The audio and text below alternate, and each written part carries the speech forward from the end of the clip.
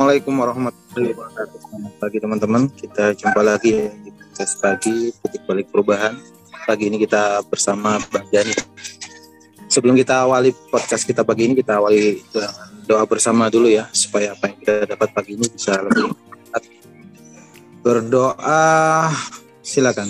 A'udzubillahi minasyaitonir rajim. Bismillahirrahmanirrahim. Rabbi zidna ilma warzuqna fahma bi rahmatika ya arhamar rahimin. Terima kasih. Monggo, Bang Dani. Oke, kita lanjut Mas Amin ya.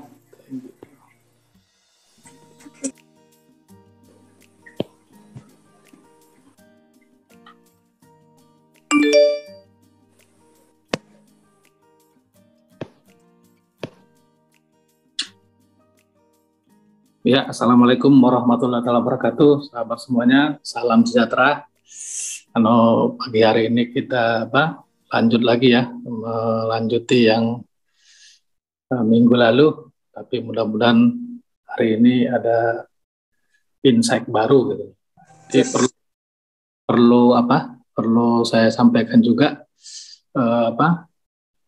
kita mesti ini ya ntar saya kasih ini.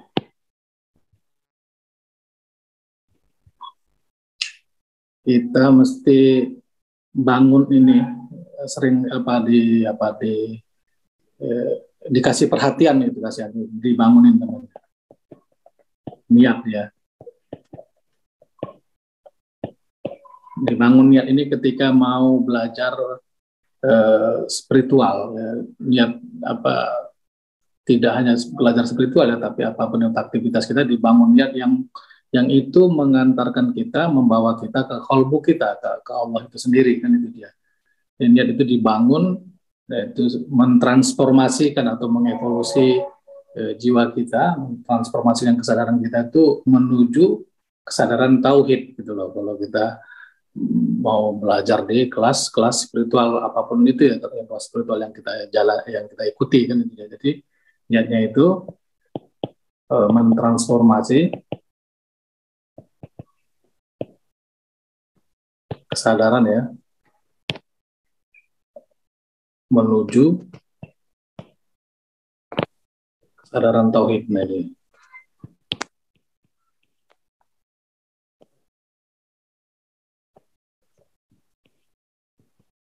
dibangun. Jadi nanti niat ini kalau sudah terus dibangun kan artinya kan innamal amalu itu biniat. Jadi bermulanya itu semua dibangun niat itu. Artinya kita membangun suatu energi dalam diri kita tuh. Nah, nanti niat ini perlu ditambah dengan namanya atensi,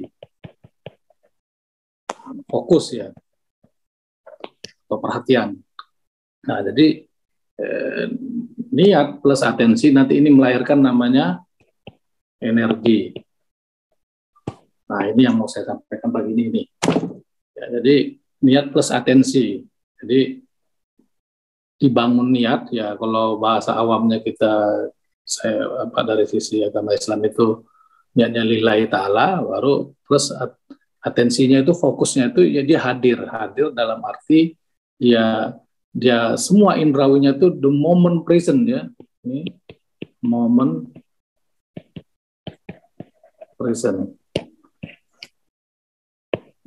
Ini dibangun ya, artinya moment present ini banyak yang sering bilang, coba mungkin kita hadir hari ini, Pak, tahu nggak kita esensinya itu momen present tuh ya, momen kehadiran itu. Ya kita hadir, ikut Zoom atau ikut mendengar kelas-kelas atau tausiah spiritual lainnya, tapi pemikiran, seluruh indrawi kita ini, kalau kita ini nggak tertuju di situ gitu. Bahkan mungkin kita hidup di masa lalu, ya, keseringan kita hidup di masa lalu. Hidup di masa lalu atau di masa depan. Nah, ini dua ini nih sering. Coba perhatikan ke diri kita ya. Jangankan itu kelas spiritual itu, kita hadir duduk mungkin sendiri menung, terbawa ke masa lalu, terbawa ke masa depan. Masa lalu ya membuat kita nafsu ya, menimbulkan nafsu kita, malah memunculkan memori-memori yang apalagi membawa emosinya kan, membuat kita galau kan gitu kan. masa depan, menimbulkan apa? Kekhawatiran, kecemasan, ketakutan, ya, yang itu semua adalah ilusi kan gitu. Nah, tapi itu kita sering hidup di dua itu. Justru di antara di masa lalu dan masa depan ini di sini sila namanya momen present. Nah, momen present itu sini.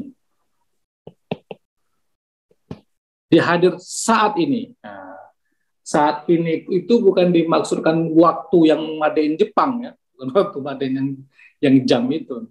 Dia hadir bersama kolbunya gitu loh maksudnya saat ini itu. Dia spontanis itu ya. Nah, makanya di Al-Quran dikatakan itu kan demi waktu sesungguhnya manusia itu banyak yang merugi kan itu kan. Nah itu maksudnya itu. Kenapa merugi? Iya dia selalu meski fisiknya ada di dunia saya tapi pikirannya kolbunya apa semuanya itu di masa lalu kalau nggak di masa depan. Nah itu perlu dibangun. Maka dalam sufi waktu itu waktu yang dimaksud di sini adalah kehadiran itu adalah saat ini, sekarang ini, ya right now, ya. Maka ya, besok itu tidak ada bagi para sufi itu. Itu hanya konsep yang dimainkan pikiran kalau kata Rumi kan. Ya yang ada itu ya saat ini, hari ini, detik ini, sekarang ini, kan itu dia. Nah, bahkan ya masa lalu itu kita tafsiri adalah sebagai kejadian masa kecil kita. Enggak, masa lalu itu banyak, panjang, ya, termasuk kehidupan kita sebelumnya. Kita ini kan datang ke dunia ini membawa data, bukanlah kita jiwa yang baru di sini. Kita jiwa yang sudah berkelana panjang, gitu kan. Nah, mungkin di kehidupan sebelum ini kita di posisi ya kan itu ada ya di dalam Rumi itu ya. Terus saya ambil ya. Anak kata Rumi ini. Nah, ini ya. Jadi ini gerak ya. Gerak ini. Nah, jadi mungkin ya ini kan yang pertama ya satu, yang kedua itu binatang ya. Ini apa kita progresif jiwa kita hadir di kehidupan ini apanya progresifnya ya. Gerak jiwanya itu mungkin kita di kehidupan lalu masih di posisi ini binatang, meninggal mati tewas kita berhenti jadi orang, nah dihidupkan kembali dengan casing yang baru, nah, dia mengulangi yang di sini. Nah ya jadi di fase binatang ini misalnya kalau kita bawa ke bahasa kerajuan tarik tasawufnya di nafs amarah, dia meninggal di nafs amarah ini ya nanti dihidupkan kembali itu pakai casing yang baru, dia di posisi jiwanya nafs amarah itu dia terus berevolutif sampai nanti di posisi ini sampai jiwa itu dalam kualitas sesuatu yang tak terpahami itu baru sempurna dia evolusinya, baru sempurna pergerakan gerak jiwanya itu bertumbuh dewasa. Nah di dunia ini kita diutus untuk mendewasakan jiwa kita itu kan. Nah itu diutus dia dikasih tantangan dengan dualitas namanya ini. Ini progresifnya kata Rumi kan dari mineral binatang baru ke apa lagi nih ke menjadi manusia, baru dari manusia menjadi malaikat. Ini ada 7 ya, 7 derajatnya. Dari malaikat yang mati lagi kan itu dia, malaikat baru sampai yang sesuatu yang tak terpahami ini kan itu dia. Nah jadi kita membawa itu kan di surat As-Sam 7-9 juga ada dikatakan ya, seiring penyempurnaan jiwanya maka kuilhamkan kata Tuhan itu sifat fujuroha wa taqwaha. Jadi kita sudah membawa data ya. Kalau saya pinjam kalam guru saya, sejak kapan kau bersetan katanya? Sejak lahir gitu. Setan sini artinya bukan makhluk, bukan sosok, tapi dia adalah yang tersembunyi dalam diri kita, yaitu pikiran, perasaan, semua memori yang kita bawa dari kehidupan sebelumnya dan memori yang dari kecil hingga sekarang kan itu. Nah itu kita membawa itu dan itu harus kita lunaskan sekarang. Kita lunaskan, kita bayar hutang itu kan itu. Nah maka alhamdulillah kita masuk di kelas belajar dipilih kita di jalan spiritual itu untuk mempertanggungjawabkan itu semua kan gitu. Bagaimana yang tidak masuk jalan spiritual? Wah, dia akan mengulangi lagi. Nah, kita ambil tanggung jawab itu sekarang. Tanggung jawabnya itu dengan membangun niat. Bangun niat dari sekarang dibangun untuk mentransformasikan itu. ya, dari kesadaran jiwa kita dulu yang rendah itu sampai menuju kesadaran yang ini, yang sesuatu yang tak terpahami, kata Rumi. Ya, menjadi kualitas nafsnya itu kualitas ruh, kan gitu. Dulu kita kan ruh itu, itulah dulu diri sejati kita. Ya, itulah percikan keilahian yang dititipkan Allah itu ke dalam casing kita ini, ke dalam cangkang yang namanya tulang dan daging ini masuk situ. Itulah diri Allah di situ, diri kita namanya ruh. Ya, kesadaran murni kalau. Nah, itu yang tak terkontaminasi, tapi begitu dia dikasih cangkang itu jadi nafs, kan? Karena sudah terkontaminasi. Nafs itu membawa program, membawa data yang kita bawa di DNA kita semua. Ya. Nah, itu kita lunasi sekarang, kita bayar. Nah, ini syukur kita, ya, kita disadarkan akan hal itu untuk kita membayar utang karma kita. Nah, sebagai contoh kan pernah saya sampaikan bahwasanya kita nggak pernah bermusuhan sama orang. Tiba-tiba kita jalan di luar, dihardi orang atau kita ditabrak orang loh, ya. Nah, itu sebenarnya itu bagian dari hutang karma kita yang harus kita selesaikan. Ya. Nah, itu perlu disadari, ya. Kita kemari ini adalah proses pendewasaan jiwa kita itu yang Tuhan punya misi, ya.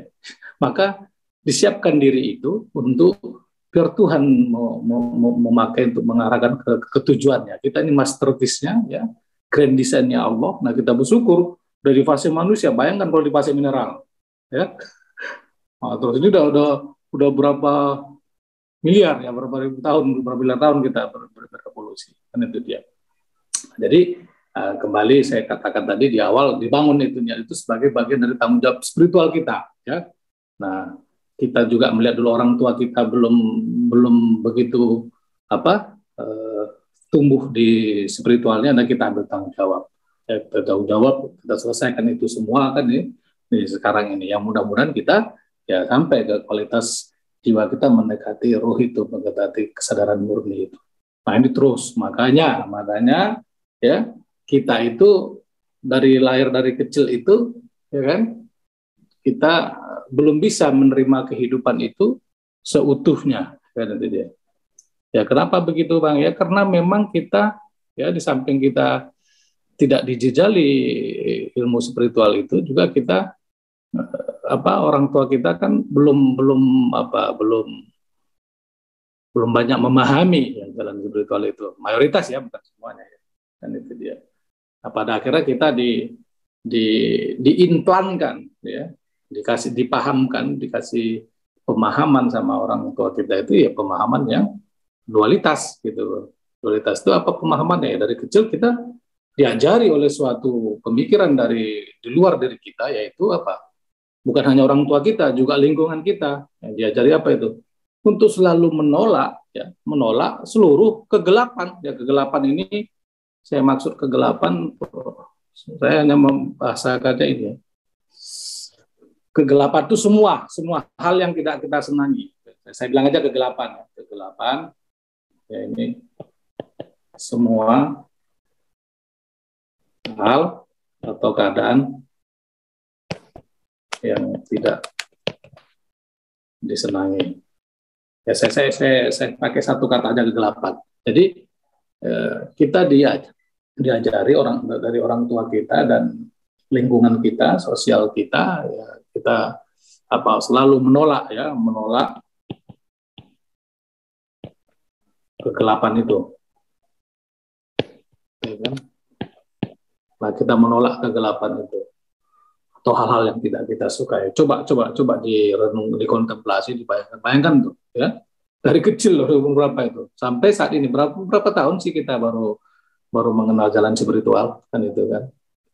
Nah, coba dibayangkan tuh, perlu waktu panjang, ya meski kita juga tidak kalau Allah Tuhan sudah kasih hidayah, ya detik besok pun dia sudah tercerahkan, besok pun dia sudah bisa counterbalancing, kan itu. Nah, bayangkan itu, dari kebiasaan kita dari kecil itu menolak kegelapan, ya, tiba-tiba dalam jalan spiritual kita masuk ke jalan spiritual, kita diajarkan untuk menerima, ya, menerima semua atau segala kegelapan. Nah, tadi ini menolak, ini kita sekarang ini di dualitas, atau kita bikin nih di ranah duniawi ya. Kalau ini kita masuk dengan ranah ukhrawi. Bayangkan itu ya. Jadi kita tiba-tiba masuk ke jalan spiritual itu kita diajarkan ya kan untuk menerima semua kontradiksi, semua apapun itu hal yang tidak kita senang itu dengan apa adanya, kan itu ya kan. Nah, gimana itu rasanya? Ya, perlu jihad nggak di situ? Perlu jihad yang luar biasa nggak? Ya, jadi kita ini sekarang berjalan di spiritual itu latihan besar-besaran di situ. Ya, setiap diri itu sedang latihan. Harus latihan kan, lebih praktikal. Nah, ini yang kalau saya pinjam kalam guru saya itu seperti memegang bara api. Ya. Memegang bara api. Ya. Nah, ini. Jadi berjalan-jalan spiritual itu kita itu diibaratkan sama guru saya itu seperti memegang bara api. Ya. Memegang bara api itu gimana ya? Gimana rasanya? Tapi kalau dilepas ya kita tidak berjalan, akhirnya tidak menemukan ya, tidak spiritual kita itu tidak menjadi suatu tidak menjadilah, tidak singkat cerita kita tidak bertemu ya dengan dengan Allah itu sendiri dalam semua keadaan, kan gitu. Jadi memegang bara api itu begitu perihnya ya, jatuh bangunnya ya. Tetapi itulah jalan kan gitu. Karena selama ini kita nolak kan. Kita diajari ya kan, dijejali sama hal-hal yang hanya yang kita senangi, menolak yang tak kita senangi. Kan itu dia. Nah, bara api itu begitu beratnya, begitu panasnya kita memegang konsep jalan spiritual itu ya kan. Ya, paradigma spiritual itu dipegang membara badan itu ya. Membara, otak itu mau pecah ya. Bayangkanlah kita ya kena keadaan hari ini, mungkin kita kena masalah atau kena event yang luar biasa macam-macam lah kan itu kan. Nah, kita dilarang, bukan dilarang ya konsep spiritual itu, prinsip spiritual mengarahkan kita tidak boleh melepas dari keadaan itu. Harus kita terima ya. Saya katakan ya, sering saya ulang-ulangi ya, kita tidak bisa menolak apa yang sedang terjadi pada diri kita kan. Ya, sedang nangis, selesaikan dulu nangisnya ya. Sedang tertawa, selesaikan dulu tertawanya. Nah, maka kalau saya bawa tadi kepada kita membawa data dari kehidupan sebelumnya, kita menyelesaikan itu di sini itu bagian daripada solusinya. Ya, saya ditanya, Bang, bagaimana menyelesaikan masalah? Ya, menjalani masalah itu. Menjalani masalah itu dengan tidak ada niat untuk keluar dari keadaan itu. Nah, itu ya. Bayangkan tuh pedihnya, begitu tingginya prinsip spiritual itu yang mesti kita pegang. Nah, itulah seperti kata kalam guru saya itu memegang bara api itu, ya. Kuat tak kita pegang itu? Karena selama ini kita dididik untuk menolak sesuatu hal yang tidak kita senangi, yaitu pemahaman dualistik kan begitu, ya. Nah, sekarang kita disuruh menerima. Bukan hanya menerima, harus jalani, harus tidak ada dicek kerasa di batin itu, ada nggak keinginan ketika kita kena COVID ini mau keluar dari COVID itu, keadaan COVID itu. Bayangkan itu. Ya, ini saya bicara di prinsip spiritual ya, di paradigma hakikat ya, hakikat marifat. Kan itu dia. Di ranah hakikat marifat, bukan di ranah di ranah non spiritual ya. Non spiritual ya kita harus keluar dong ya, kembali lagi tadi kita yang sudah dijali ya kita perbesar lagi itu kan, kita gelembungkan lagi untuk kita selalu menolak yang tidak kita inginkan. Padahal kan kita akan mengalami siang dan malam, kan? Mengalami hitam putih kehidupan. Jadi itu memang hukum Tuhan ya. Ya, bukan hukuman Tuhan, hukum Tuhan. Jadi Tuhan bikin hukumnya ya, sunatullahnya berjalan dengan otomatis ya. Kita makan cabai langsung terasa pedasnya kan itu hukum ya. Nah, jadi gimana itu?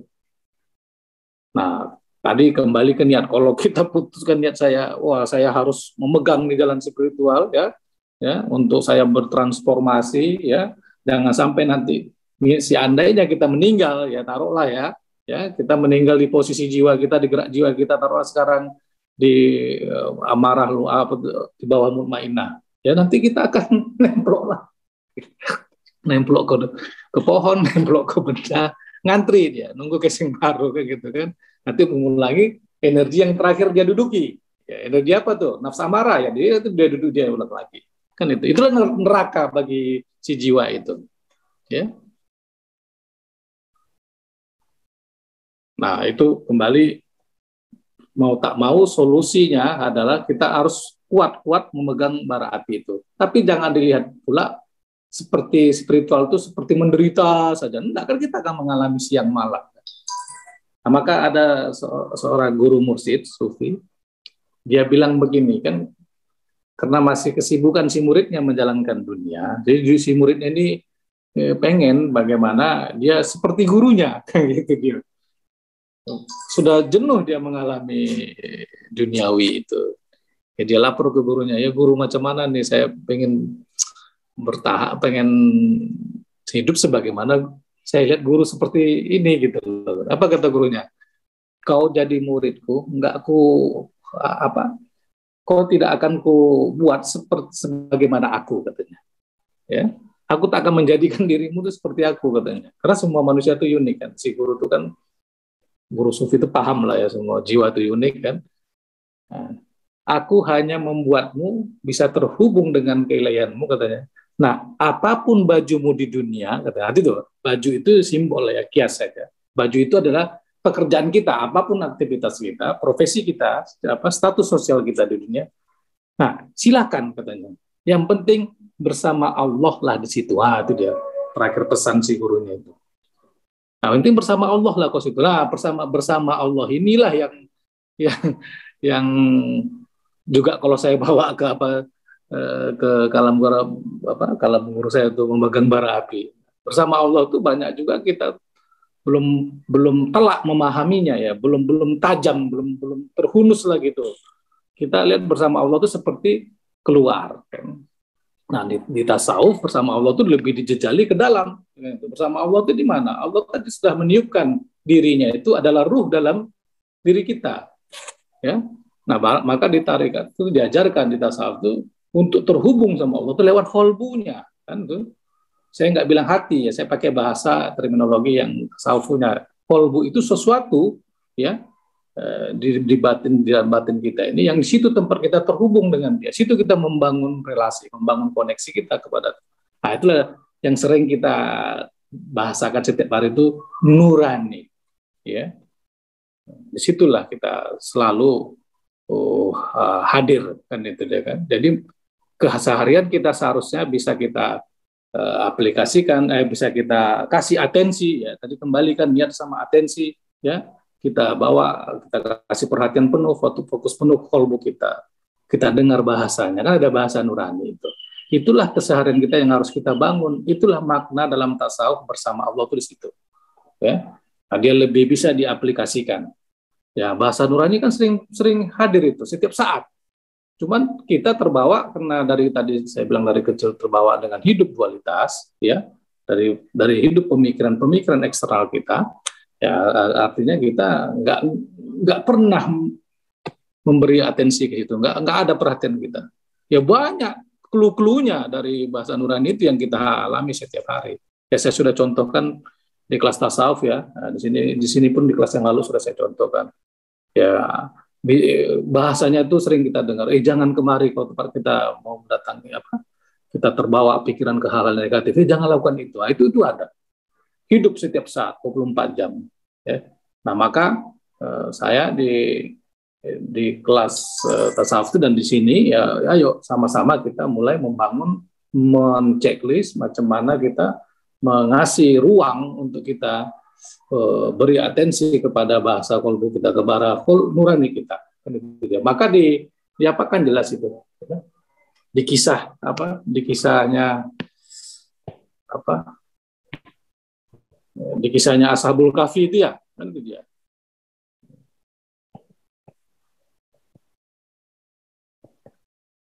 Di sini belum saya jelaskan ya Ashabul Kahfi ya. Ashabul Kahfi ini kan kalau di agama luar namanya kan seven sleeper ya.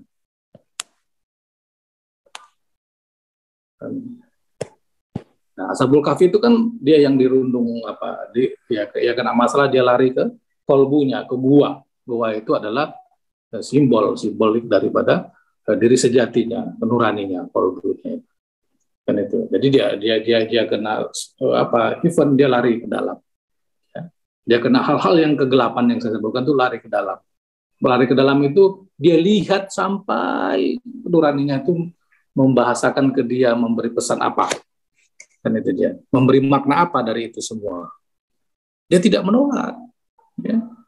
Dia tidak hanya menerima, tapi bahkan melihat, oh ini ada ruang baru, ada Tuhan mau bangun dialog sama saya, ada pesan yang mau saya tekan sama saya. Kan itu dia. Jadi simbolis kisah Ashabul Kahfi itu sebagai solusi, contoh kalau kita kena event itu seperti itu yang kita harus terapkan, bukan langsung bertanya mengapa ini terjadi. Ya yang kita bangun adalah kita masuk ke keheningan. Nah, itu dia.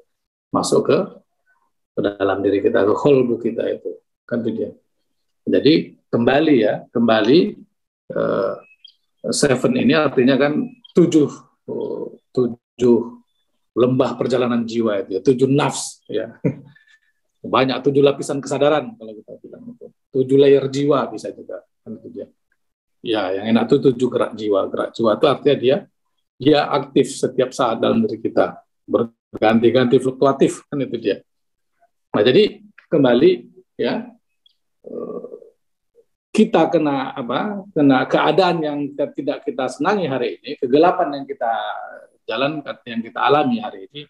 Jangan coba-coba mencari keadaan lain di luar keadaan yang sedang kita hadapi itu. Ya, begitu kita pengen keluar, nah itu kita sudah lari dari prinsip spiritual sebenarnya, tanpa kita sadari. Ya, ini dari awal saya bangun kan, ini kita bicara tentang prinsip-prinsip spiritual, hakikat marifat, kan itu dia. Nah, begitu kita keinginan mau keluar, nah itu menimbulkan konflik itu. Coba cek ke dalam. Ya. Ketika kita tak terima keadaan hari ini, kita mau keluar, kan ada konflik itu. Jadi terjadi konflik dalam diri kita. Ya. Cek itu. Jadi konflik. Tapi coba kita hening, tarik kolbu. Wah, tak konflik. Tapi begitu kita bikin panik itu, ya karena kita pengen keluar. Jadi panik pada akhirnya.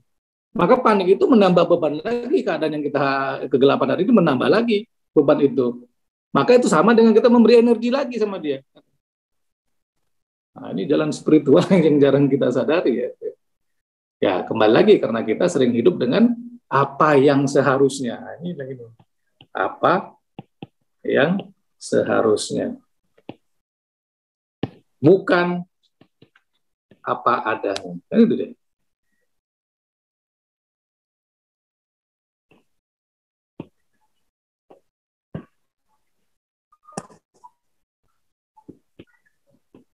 Nah, coba direnungkan nih kalimat nih.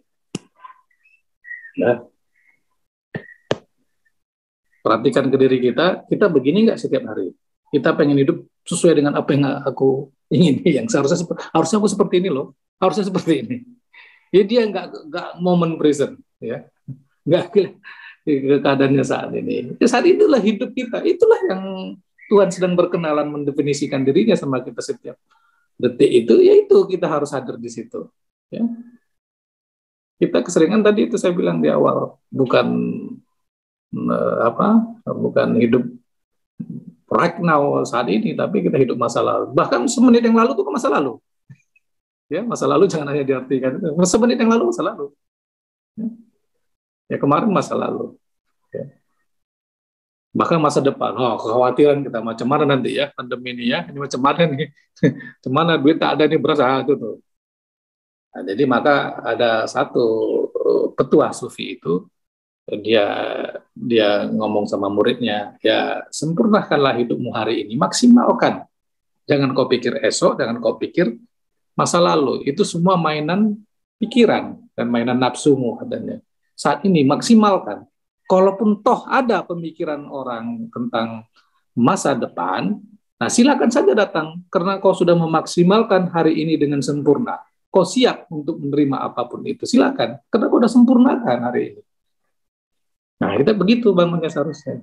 Cuman ya dorongan tadi pikiran itu kan, membangun kekhawatiran, kecemasan, ketakutan, ya, cemana esok, hari esok, membawa ke masa lalu, ingat kisah-kisah masa lalu, membawa kita jatuh ke kesedihan, ya, terombang-ambing kita, ya, tak pernah kita berdiri di momen present, kan tuh, di momen kehadiran itu.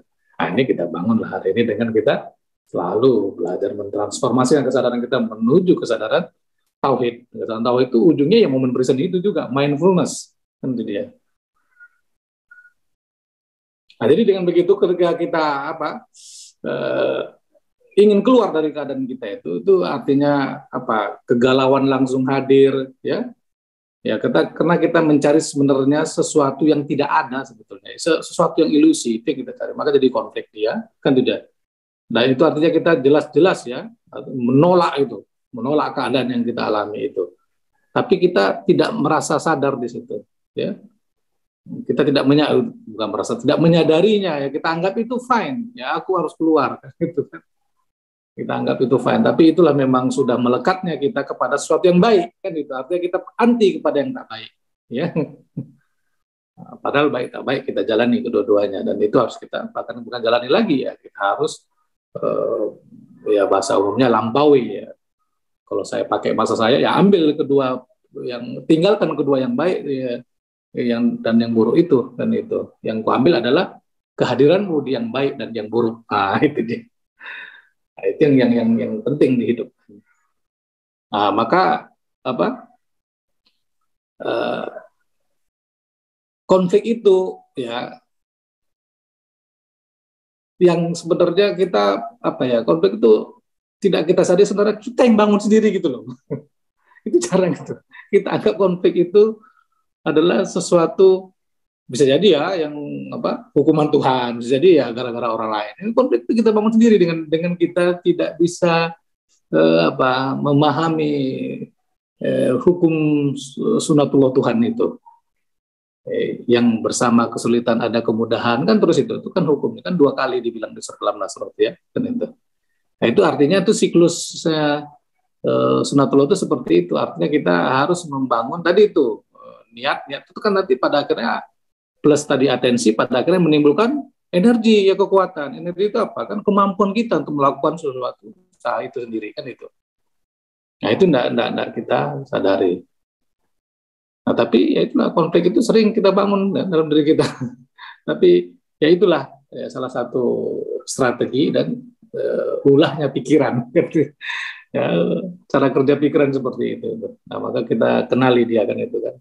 Kalau kita ingin menyelesaikan musuh kita harus kenali dia dengan baik, ya. Kita pahami gimana cara kerjanya, strateginya, kan itu. Ya, maka kalau sudah dia jadi konflik, kita terus berada di posisi dualitas itu, kita pun pada akhirnya kan menimbulkan konflik, menyebarkan konflik itu. Karena kan diri kita ini energi, ya. Menyebarkan vibrasi, kan. Jadi maka ketika kita sudah menyebarkan vibrasi itu, dia akan merambat, dia akan membawa kembali ke kita, gitu.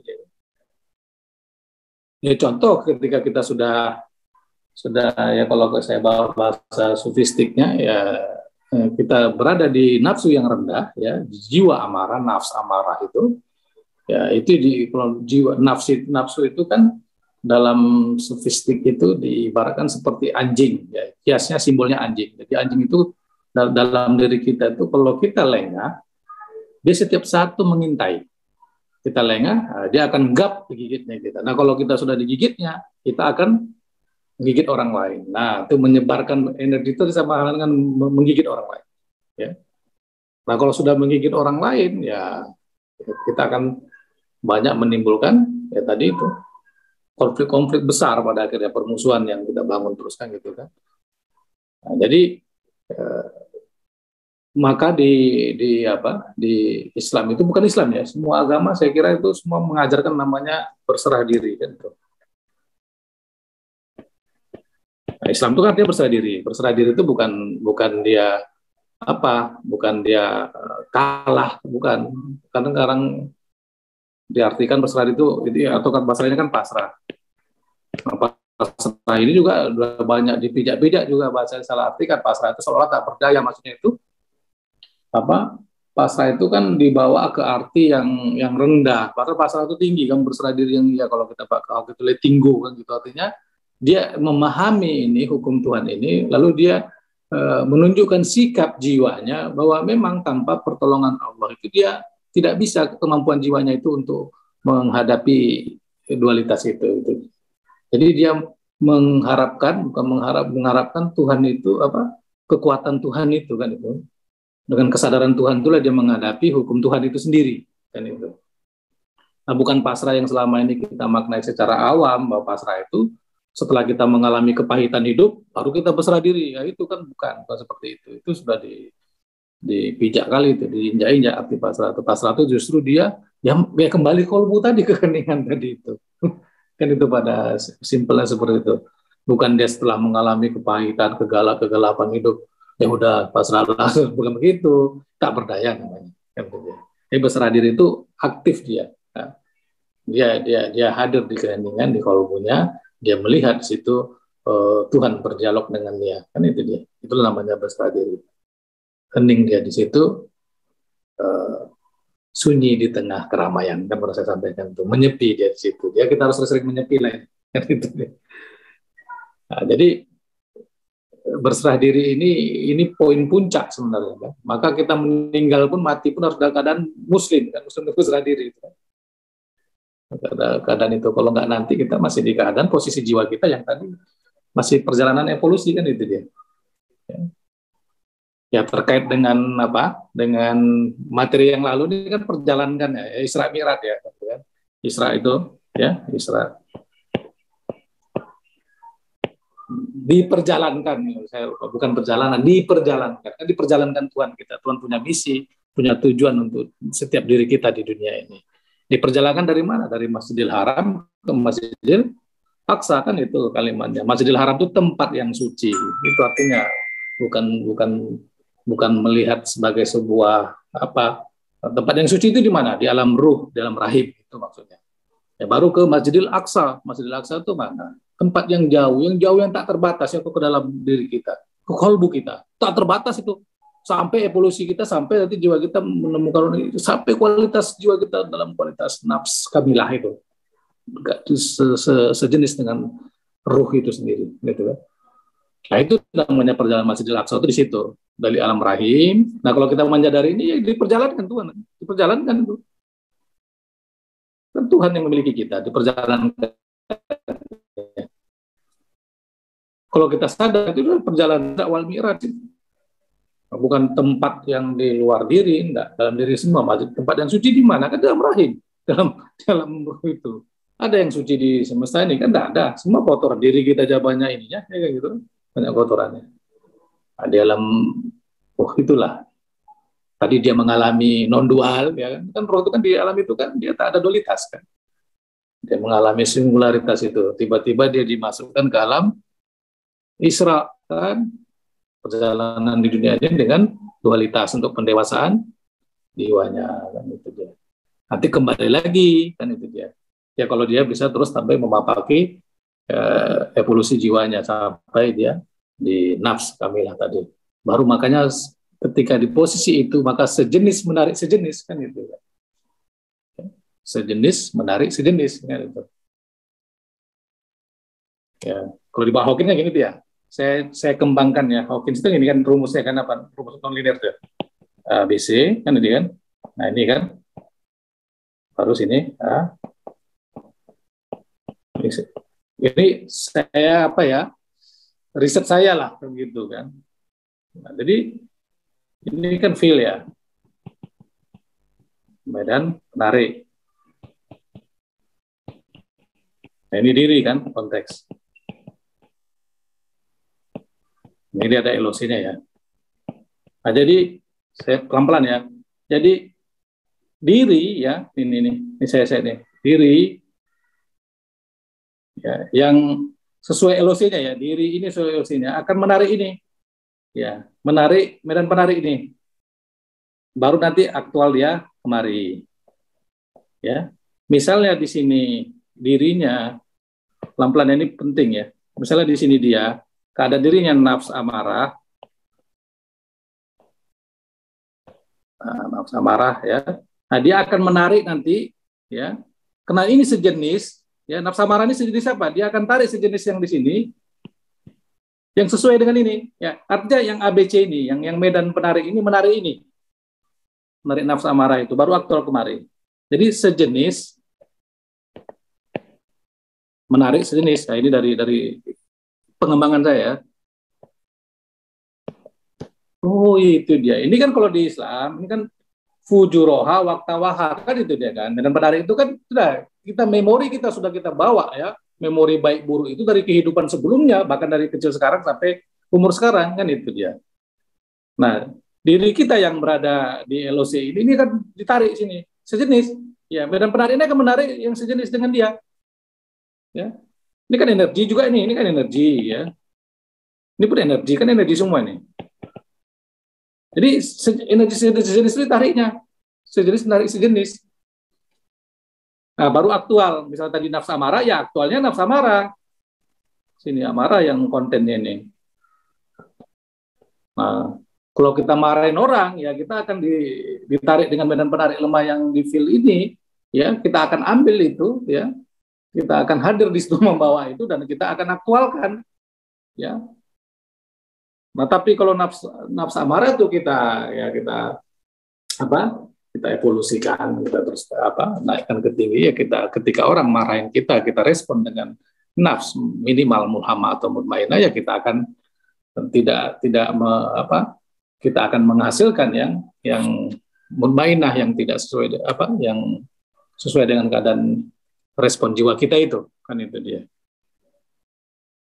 Jadi sejenis menarik sejenis. Nah, maka kita ya diperhatikan untuk kembali ke nafsnya itu, ke nafsnya kita hadir di mana. Ketika kita hadir di posisi ya simbolis posisi gerak jiwanya nafsu amarah atau binatang itu, ya kita akan menuai ya yang tersedia di situ gitu loh. Ada akibat-akibatnya, ada konsekuensi-konsekuensinya yang kita akan jalani, kan itu dia. Nah, jadi kembali ya ke materi awal, jadi apapun itu ya kita terima seutuhnya. Nah, disitulah kita mulai memahami berserah diri ya. Juga kita dihadirkan semua guru-guru dalam kehidupan kita, ya kan.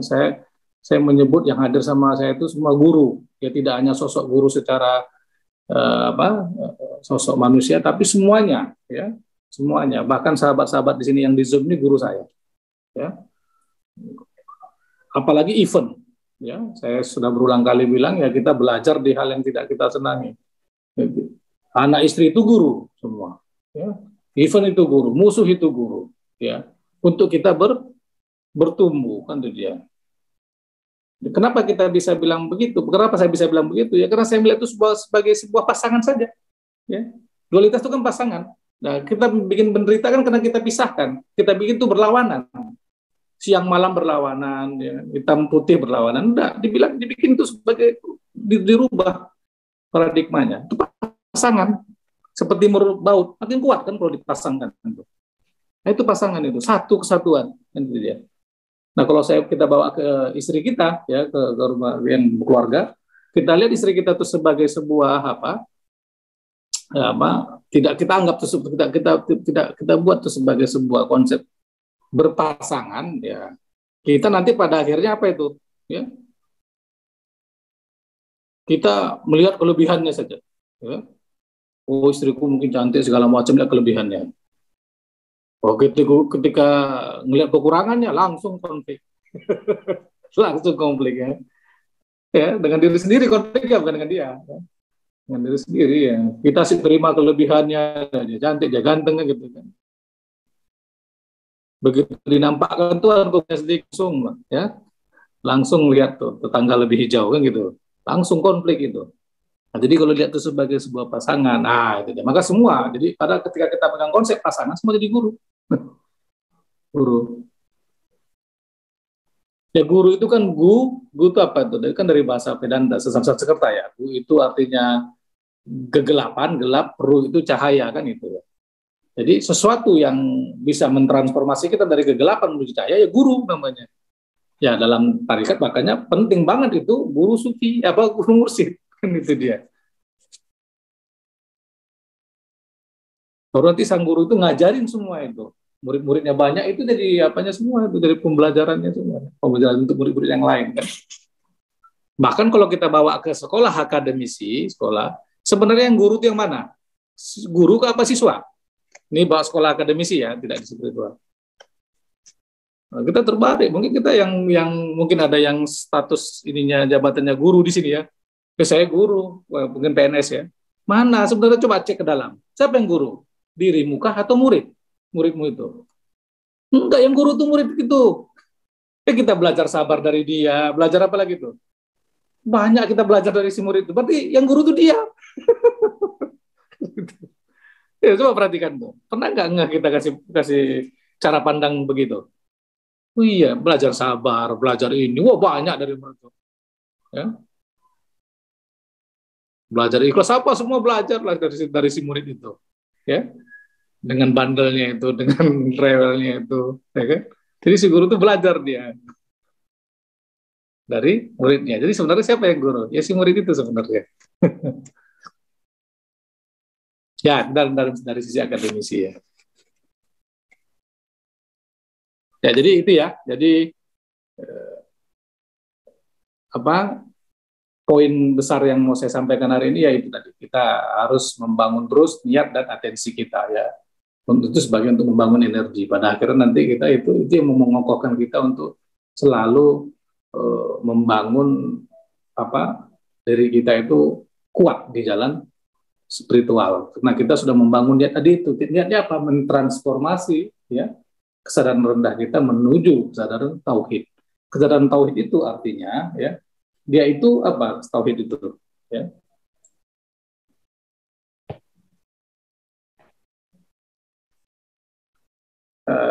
Tauhid itu kan secara apanya ya apa? Secara apa namanya? Secara konsepnya lah itu kan itu sebuah kesatuan tak terbatas ya. Apa ada beberapa itu ya beberapa makna ya. Itu kesatuan tak terbatas kita dari sisi apa? Kita ini kan semua makhluk ya. Semua makhluk apapun itu benda mati itu pun makhluk. Jadi kita dari sisi makna yang pertama tauhid itu kita terhubung semua ya kan merasakan keterhubungan itu segalanya terhubung kan itu ya kan ya segalanya terhubung dalam diri itu terhubung kan batin kita ruh kita itu kan satu semua nah, terhubung itu salah satu makna tauhid yang pertama nah, jadi kalau kita paham itu nah, nanti kita paham itu bagaimana memaknai dalam kehidupan maha sucinya Allah itu tentu maha sucinya Allah itu ketika kita paham definisi pertama makna tauhid ini pertama kita tidak akan mencederai makhluk ya jadi dalam sufi itu mensucikan Allah itu adalah memuliakan makhluk lain siapapun itu kan itu dia siapapun itu kan itu dia mau musuh mau teroris segala macam itu karena kita memandang itu kita dari ruh yang sama dan kita terhubung ya segalanya terhubung kan gitu nah segalanya energi kan itu dia nah baru yang keduanya tunggal. Ya, makna yang kedua itu tunggal yang singular. Nah, ini dalam udah masuk dalam ranah af'al kalau di tasawufnya. Karena perbuatan perilaku. Ya, peragaannya lah perbuatannya. Jadi peragaan orang yang bertauhid itu peragaan yang tanpa syarat, unconditional, tanpa transaksional. Artinya begini, ketika dia memerankan sifat Tuhan, contoh salah satu dia memberi, baik. Dia tidak hanya memberi saja, ini teman-teman memberi saja tanpa antodim saya bilang lebih enak nih ya memberi tanpa ada lawan katanya memberi nanti menerima itu tidak singular itu memberi saja ya memberi gitu loh nah itu yang maksud singular tuh ya ini poin besar juga ya itu. Nah kita akan tidak begitu bilang memberi langsung muncul kan dualitas, memberi berarti ada menerima. Anda dalam sofistik itu dia tauhid itu adalah dia memerankan sifat Tuhan itu unconditional, memberi saja tanpa ada lawan katanya. Ya. Mengasihi ya mengasihi saja, nggak ada lawan katanya. Nah, tapi kita karena sudah jadi habit, ya tadi dari kecil sudah dualitas kita, ya begitu mengasihi, ya ada transaksinya, ada pengen imbalannya. Ya nggak ada yang salah ya. Ini kita bicara di ranah spiritual ya. Saya membangun ini ke ranah spiritual yang ke hakikat marifat kan itu dia. Ya. Jadi dalam peragaan itu ya memberi saja. Nah, contoh kita memberi sama siapa tanpa pengaruh objeknya. Ya. Karena kita kan terbawa itu objeknya itu. Nah, ya tapi kan progresnya begitu, ya latihannya begitulah. Pertama ya kasihan dulu mungkin ini dulu kan karena ada ini baru kita ngasih kan gitu. Tapi nanti di ranah hakikat marifat tidak ada itu. Nah, itu dia baru masuk ranah namanya tauhid yang singular atau ahadiyah namanya itu. Kan itu dia. Nah, dalam bentuk peragaannya. Ya memberi saja, mengasihi saja. Tanpa ada lawan katanya. Melayani saja. Tanpa ada saya melayani nanti ini dengan harapan nanti Tuhan kirim malaikat enggak, itu sudah dualitas, sudah transaksi. Nah, itu yang kedua. Yang ketiga, makna tauhid itu adalah menyamakan frekuensinya. Nah, itu dia. Ini mirip-mirip sama dengan akal itu. Menyamakan frekuensi itu kan frekuensi. Nah, ini kan getaran ya. Nah, baru ini ada rasanya. Ya ini energi semua lah. Nah, jadi makna yang ketiga itu dia memperagakan itu hingga menjadi rasa itu sendiri gitu. Nah, di Al-Qur'an diajarkan namanya Asmaul Husna kan dia. Jadi Asmaul Husna itu ada 99. Ini 99 rasa.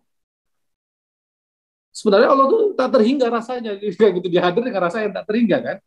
Nah, misalnya kita memerankan tuh sifat Asmaul Husna apa yang kita ambil yang Rahman dan Rahim atau dia Maha ini. Ya kita harus masuk ke rasa itu. Itulah maksudnya. Asmaul Husna itu kita disuruh memperagakan namanya itu, tapi bukan hanya sekedar nama, kita harus memahami rasanya. Itu loh maksudnya. Rasa pengasih itu gimana sih? Nah, itu kita harus peragakan kan? Rasa melayani itu gimana sih? Nah, di situ kita baru mengenal, oh, Tuhan itu begini toh. Ini toh, kan gitu. Nah, itu kembali ke kalbunya, ke nuraninya. Ini namanya. Baru makin banyak momen ahanya. Baru dia yang makin besar. Jadi Asmaul Husna itu jangan diartikan hanya nama 99. Itu kita disuruh menyelami ke rasa itu dengan menyamakan frekuensi, memerankan sifat itu, baru kita merasakan kehadirannya, melihat rasa itu dalam batin kita. Coba rasakan bagaimana kita mengasihi, ya kita uang pas-pasan. Tiba-tiba ada orang di depan kita yang butuh bantuan. Nah, itu kalau dia paham konsep ini, dia akan ngasih itu ada rasanya, ya kan? Nah, kalau rasanya berat belum masuk dia ke memahami makna tauhid. Nah, kalau uang banyak ngasih itu, tapi ketika uang kita pas-pasan, nah kita paham konsep Asmaul Husna bahwa kita harus menyamakan frekuensi dengan frekuensinya Tuhan dengan cara memperagakannya. Nah, di situ kita diuji, dilihat ketauhidan kita itu. Uang pas-pasan, orang ini butuh pula sebesar uang yang kita punya. Nah, ngasih apa enggak? Nah, itu dia. Kalau ada Tuhan lah, kita misalkan ada sosok misal lah ya ada Tuhan di situ. Kok kasih apa enggak gitu. Begitu dia ngasih ya dapat rasanya itu apa? Kalau masih rasa sakit, rasa kesel, aduh uang habis segini, belum. Jadi ya, tauhid itu ya, kesadaran tauhid itu di ranah rasa semua itu, ya. Dia merasa terhubung satu sama lain, itu kan. Dia melakukan praktek dengan memberi itu tanpa antonimnya itu ada rasanya happy, senang dia kan itu kan, tanpa ada transaksional, baru dia menyamakan frekuensi dengan memperagakan Asmaul Husna itu, dia mendapat ya ini 99 rasa kan. Saya pun masih konsep, kita latihan kan, masih latihan, tapi saya dikasih tahu, oh itu maksudnya, oh iya. Nah, tinggal kita latih bersama-sama ya, kita kan sama-sama belajar di sini ya. Nah, kita ambil satu Asmaul Husna itu ya kita peragakan, kita lihat rasanya, oh nanti baru kita tahu 99 rasa. Bahkan di tarikat, ya kita di tasawuf, kalau kita ikut namanya Riyadhus Suluk, wah, kita diajarin nanti 70.000 rasa. Kan itu. Ya, tapi itu juga tidak banyak memahami kita ya. Tapi itu memang seiring perjalanan spiritual kita akan dibuka. Saya mengamati terus ya, mengamati. Oh iya ini. Pada akhirnya makin banyak OO saya sampai saat ini tuh OO-nya makin banyak apa yang diajarkan sama guru saya itu. Sekarang saya melihatnya banyak OO gitu. Ya, makin banyak momen saya lihat di sampai saat ini perjalanan saya itu. Oh itu maksudnya. Mungkin teman-teman juga sahabat di sini kan baru ngeh juga Asmaul Husna itu tidak hanya sebatas ya kalau anak SD dibaca nama-namanya. Mungkin yang udah dewasa mungkin paham maknanya. Ini hakikat nih. Hakikat itu mana? Kau dapati rasa dari 99 itu. Bagaimana dapat rasanya? Peragakan. Kok diperagakan Bang? Itulah menyamakan frekuensi. Itulah bersama Allah. Itu baru top chair ya, baru terhujam ke dirinya. Ini namanya ya mana arafan nafsahu faqad arafa rabbahu. Ya, Mas Amim, saya kira hari ini itu ya, saya kira udah poin besar banyak ya. Ya kembali saya ingatkan mari kita bangun niat kita ya, niat kita itu tadi membangun terus mengevolusikan kesadaran, mentransformasi kesadaran rendah kita menuju kesadaran tauhid. Tauhid tadi yang saya jelaskan ya kan. Nah, baru kita fokus. Fokus itu artinya moment present ya. Kehadiran saat ini saya jelaskan tadi kan itu maksudnya. Kita duduk sini tiba-tiba pikir sana, itu bukan moment present namanya. Moment present dia hadir fokus ya, itu mindfulness. Mindfulness itu kalau bahasa Al-Qur'annya takwa. Takwa dia, hati-hati, waspada. Nanti dia membawa dia kepada awareness ya. Ya, kesadaran jaga itu. Maka orang takwa itu banyak kali itu dibikin di Al-Qur'an itu luas itu ya. Itu dia namanya takwa. Mindfulness dia fokus hadir hari ini. Ikut kelas ya fokus dia hadir dengar kan itu kan. Tidak kemana-mana pikirannya, niatnya itu ya bertumbuh secara kesadaran kan itu dia. Oh itu baru ya.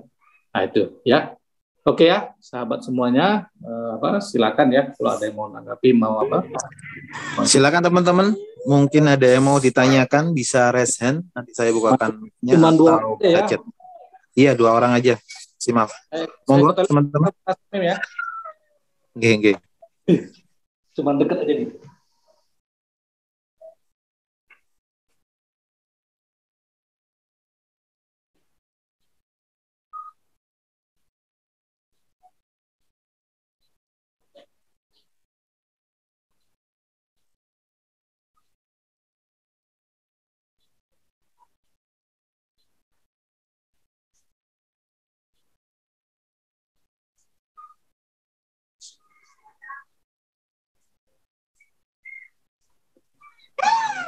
Silakan teman-teman. Iya, siap. Wait.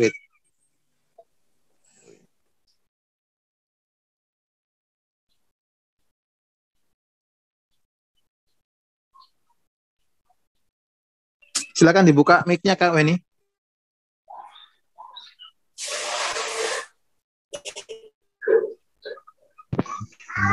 Halo. Ya, silakan Pak. Sorry saya ya. Assalamualaikum warahmatullahi wabarakatuh. Bang Dani, saya mau tanya nih, saya kan kemarin beli bukunya Supernatural di Kamus Supernatural ya. Iya. Nah, di situ kan dijelaskan cara bernafas ini dari cakra yang paling bawah, meditasi itu ya. Nah, kalau hubungannya dengan Islam itu gimana? Apa meditasi dalam Islam kan ada sholat tuh. Kalau dalam sholat apa ada cara bernafas khusus ya? Misalkan nih, biar pikiran kita fokus, apa ada cara bernafas seperti yang saya baca di Supernatural gitu, Bang? Oh, terima kasih, Bang. Kalau olah nafas itu ke tasawufnya yang ada. Namanya ada zikir nafisbat namanya ya. Tapi saya nggak buka karena itu kan memang kita harus jadi praktisi ya kan itu nafas itu. Tapi kalau di sholat kan tidak. Sholat itu kan artinya menjalin keterhubungan bukan terkait dengan nafas ya. Itu hanya apa namanya itu kan sholat itu kan intinya kan zikir dan doa kan gitu ya. Kan itu dia. Tapi kalau untuk pernapasan itu lebih ke tasawuf yang ada. Kalau di luar kan namanya meditasi ya. Nanti Iya. kalau juga cakra-cakra itu ada namanya nanti masuk lagi ke Lataif namanya. Oh, berarti Tapi antara sholat dan meditasi itu beda ya Bang ya? Maksudnya sholat dengan meditasi itu beda ya? secara esensi bisa sama secara esensi ya esensialnya. Cuman kan kalau lebih spesifik ke nafas kan enggak. Iya. Cuman ya meditasi kan lebih ini ya. Meditasi itu sebenarnya lebih dipadankan itu yang sama itu ke tasawufnya, ke amalan batinnya, yaitu apa? Wiridnya gitu loh. Nah kalau kita kan diajari wirid ya, setelah sholat ada wirid tuh. Nah wirid itu lebih cocok itu ke meditasi. Karena meditasi itu kan menyaksikan pikiran kan, melampaui pikiran. Dengan melampaui itu soalnya meditasi. Nah, wirid kita juga, cuman kan kita dikasih suruh nyebut kan, ada menyebut-nyebutnya juga. Nah, cuman kan kalau lebih pasnya itu ke di tasawuf itu ada namanya praktek namanya bertawajuh dia, berzikirullah. Kalau yang umum itu wirid lah ya, wirid. Nah, kita nyebut subhanallah apa segala macam lah ya. Wirid itu kan ada tuh baca-baca. Nah, tadi tuh kembali kita membaca itu harus masuk nanti ada, maka wirid itu tidak berhenti di wirid ya. Kalau kita selepas sholat ada wirid itu wiridannya baca ini ya.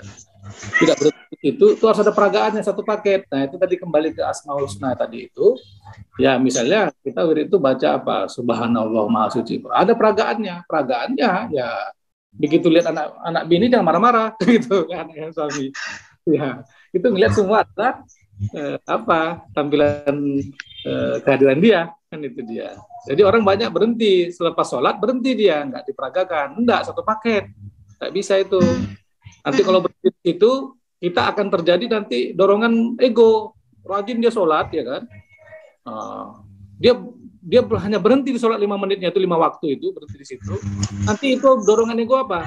Dia gampang melihat anaknya nggak sholat, gampang melihat suaminya nggak sholat, gampang melihat orang lain nggak sholat. Jadi mudah dia melihat kemalasan orang lain. Nah itu dia. Nanti dorongannya ke sana tanpa disadari dia itu. Mulai itu dia akan menjudgment kan itu deh. Nah, tapi merasa kita paling ini ya Bang ya. Iya. Kalau dia paham sholat itu satu paket dengan peragaannya, dia nggak akan mudah.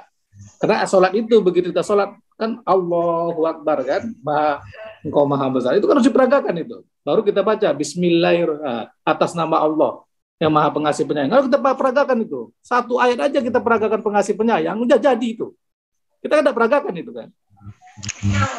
Selepas di sholat 5 menit ya 5 menit saja selesai, pengasih penyayangnya nggak ada. Begitu masuk ke rumah marah-marah aja kerja kita, walaupun marahnya nggak verbal tapi di batin kesel, ini kenapa ya kerja sholat pemalas. Iya kadang muncul kayak gitu. Nah, iya itu saya bicarakan fakta pengalaman aja nih kan, itu saya lebih enak bicara keseharian pengalaman yang bisa kita lihat langsung kan gitu ya kan. Ya saya pun ngalami itu dulu, saya pelakunya dulu.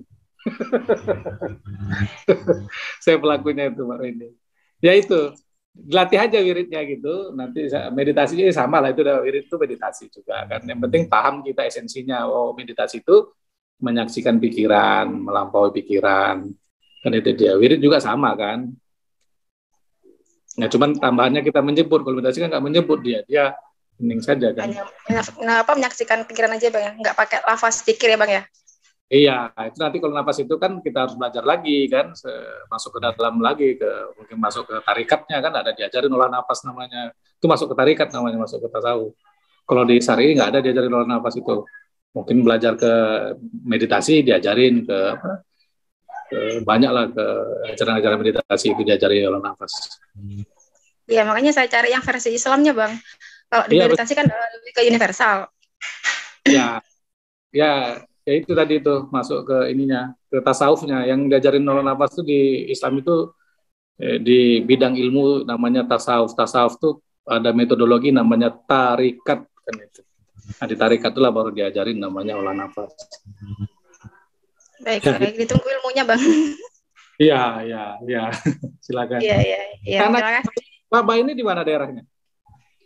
Gimana Bang? Daerah Mbak Ba ini di mana? Tinggalnya di mana? Hah? Jawa Timur, Probolinggo Jawa Timur. Oh iya. Di sana kan coba cari apa tarikat, ya nggak harus ke tarikat saya ya, kayak gitu kan, ke tarikat yang saya ya silakan. Oh iya iya, oke, makasih Bang Dani ilmunya. Ya. Makasih Bang. Assalamualaikum. Pak Murahma. Satu lagi Teman-teman yang lain? di chat ada nggak ya?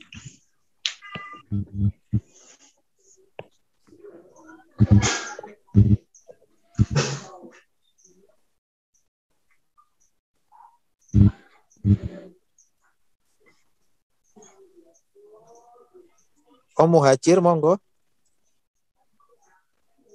Siapa nih Mas Muhammad Hajar Oso ya?